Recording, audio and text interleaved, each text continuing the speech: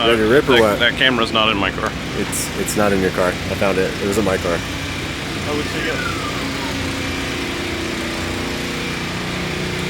All right. So we're here in Orlando, going over last minute preparations. Take a look at this sweet setup. On top of the bucket. A lot different than years previous. A lot different. I didn't bring this with me to Atlanta, so this is the first time that anybody's going to see this outside of our team. So Dustin put in a lot of work to laying all of this out, bringing us a professional aesthetic and a comfortable work environment. We found some local cocktails from a retired IMSA team in Georgia, which is a really cool implementation, which is cool. Like, creates a nice area or a nice surface for the guys to work on. Put your knees down. Also, if it rains, the water will rush underneath this. I mean, unless it's a torrential downpour, then it'll go above. But you know, it keeps with all the nice enclosures. We have a separate area back here, a little office area. We got our tire machine. Got our Sunoco E98 chilling here. These are tires that need to be mounted on wheels when we're done. Have all of our totes that are organized. Everything is labeled effectively. We also have our roadie cards, and that's got about every piece of hardware that we need for our car. All of our AN fittings as well. We got a generator, scooter. Park my truck back here. Dustin's car is back here. Then when we go into the trailer, this is our data station over here. Data guys and catering as well. So when catering comes, and this is a nice area where the AC on, and you know, crew has a place to sit and chill. A good place for me to kind of come in here and get away and get mentally prepared as well. We're bringing a TIG welder with us. Everything is labeled, every cabinet, from the car fluids, cleaning supplies,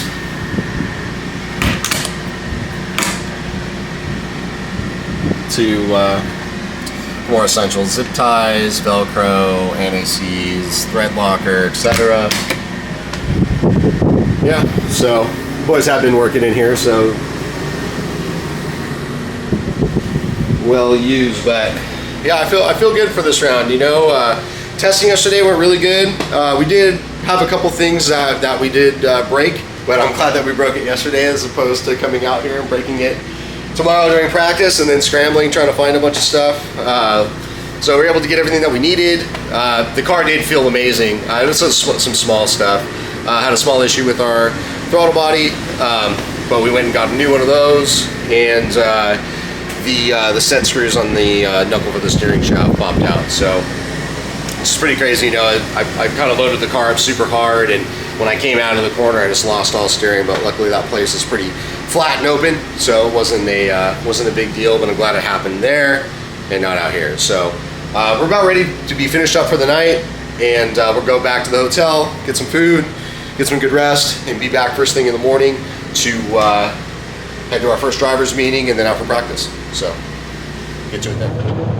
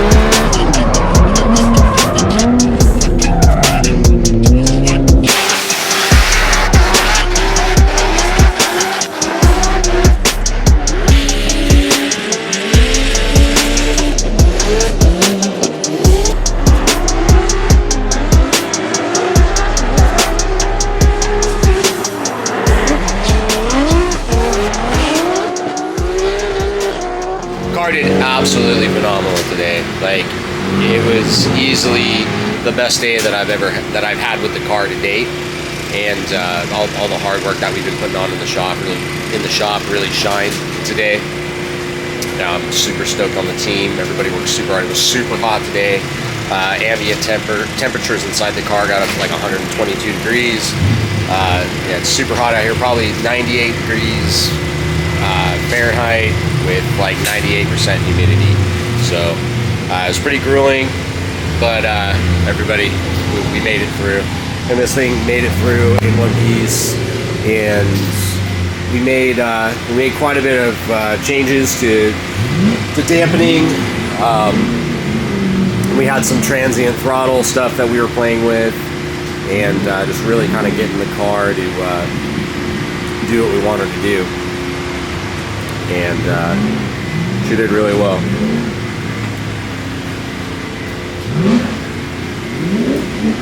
This guy's working hard. So hard. It's hot and I'm tired. Yeah, no kidding. I want to go home. I want to go to the hotel and go to sleep. That's what we're gonna do. That's what we're gonna do. That's what we're gonna do. We're out of here. Call this documentary Dustin realizes. Call this documentary Dustin realizes he's a Formula Drift crew chief. I mean, dude, honestly, I mean, the car is completely different than what showed up at your shop after long. Yeah, well, I wanted to make it reliable. Yeah. It's reliable. That's what I was saying. It's ironic to me, but I'm sorry. Good. The funniest part to me of this whole thing is we've got all this shit for so long about the RB engine. None of our issues have been the engine, though. Aside from like an oil line that was not an engine related one, but there's been no engine issues. So it's been pretty great. Yeah. I was thinking about that today. I'm like, everybody gives them shit for this engine stuff. But it's not the engine. It was the stuff around the engine. It's, yeah. And you know what's crazy is when you change your lines out to flow the right way, yeah, it's okay. Yeah. It's okay. Yeah. No, this thing was fast. I mean, I would say the beef and cheddar has done well. Beef and cheddar sandwich has done great. So far. I don't try to get too excited because last year I would always say that and I would just like fall on my face. Yeah. I would just, yeah. But no, I mean, you know, driving it today, I never felt that I was at a disadvantage with anybody. And I drove with a multitude of people with different engine platforms, from V8s to JZ, different cars, BMW, Toyota Corolla, and another S15, and a Ferrari, my boy Fede. We had a good one today too. I mean, the way that the thing just revs out to the moon, like 90-200, it's got revs for days. Like, I never find myself hitting the limiter. Like, I always have enough throttle and rev range to, and the power band is super good too. It's like 3,500, 4,000 all the way to 9,200. So there's a lot to play with, and the car doesn't make it crazy power.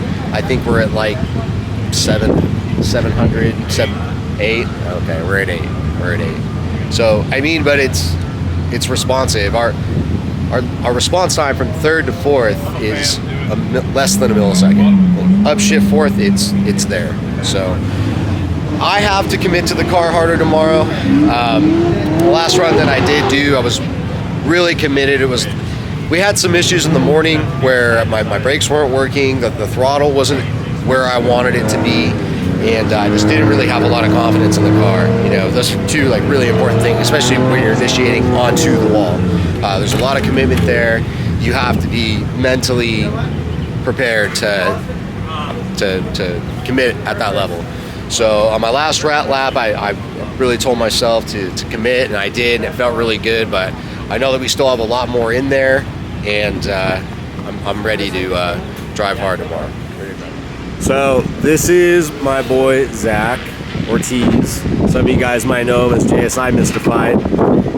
Zach's been I've hung out with Zach online. We obviously sim a lot together since 2020. Yeah, since 2020 when the pandemic hit and we were really going hard with the sim stuff. Zach really did a lot to help me get started, and then this year we worked a lot together during the VDC stuff. Zach is like a regular weekend podium finisher. What'd you get this season? Third.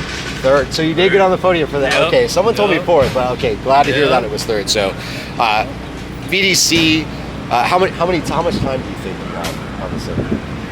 Oh, I mean, on Steam it says I have like 2,200 hours on the set. That's a lot of commitment. So that's from 2020 till now. Yeah. So what is it like for you coming from the sim world, and you spot for me and help me, and obviously you have so much time dedicated behind the wheel that I feel you have a keen eye. How is it coming from that to this? Well, like initially it's like it's different from a viewing standpoint because you're usually on a set you're watching from dedicated points of view rather than one spot. Right. So you have to learn to view things differently and learn how to apply the different techniques and how I talk to you through the headset and stuff differently. It's just a different game out here, but it's all at the end of the day it's the same thing pretty much. The technique that we all practice for hours on end behind the sim on stuff, it all goes hand in hand with what we're doing here. It's just applied differently. That's it. It's a much more like official and like stressful and hard going environment, and you just gotta take all those things you learn. Do you feel stressed that it's more stressful here than it is online? Because I'm not gonna lie, when you're on the sim and you don't have anybody with you and it's just you and it's high pressure. These guys are no joke. Like they are very skilled at playing the game and being dedicated as a driver like on that. So the stress level is definitely there. But how do you feel different coming from this to that, like mentally wise? Well, obviously you're in your home whenever you're on the sim, so it's a lot more comfortable. You're in a more comfortable environment. And here, I mean, it's all eyes on you. All hands on deck. You got more people that are here for you and doing stuff, for you and helping you out and that. So, there's a lot more stuff going on than there is just chilling in your room on the sim and stuff. But it also adds like a level of excitement to it and another level of drive towards, wanting to win and wanting to do good. So it's one of those things where it's just, honestly, I think coming here makes the drive and the push to do better and do good even stronger and more relevant. Yeah. From our driving performance today, what do you want to talk about that? How'd you feel about it? What did you like, and where do you want us to improve for tomorrow? I think I think you did a total of I think 7 runs, and in the span of run 1 to run 7, the increase in your performance was awesome. Run 1 was obviously it's your feeler out for the track and get everything going, but all the way up to the end, the very last run, the progression was unreal. I think you did really good today. I think there's things we can work on, but I think the list of things that we need to work on got narrowed down a lot from that first run to that last run day of practice. Everything's good, the car works good, you're driving great, and you're improving fast, and that's the main goal here is to improve and get it to that point where we can be on a competitive advantage and during battles and really push. Yeah. I'd agree with that. How did it feel having radios at work today? No, it was good. We were able to chat back and forth, make jokes, and have a good time, and really be able to get real intricate with what we're doing out here and what he's doing behind the wheel and stuff. It really is a game changer, and I've actually never had radio communication that was consistent, and today we had great communication all day, and it did. And that's why I thought it would be a good approach, because if it's keen eye, but also our relationship, and it's like we're already on headsets, we're already kind of chatting, so we already have that comfortability. So, and it's working out good. I'm excited for tomorrow, and me too. Yeah, it's gonna be fun. Yeah, it's gonna be a good day tomorrow. It's gonna be a good day. Be good. Yeah.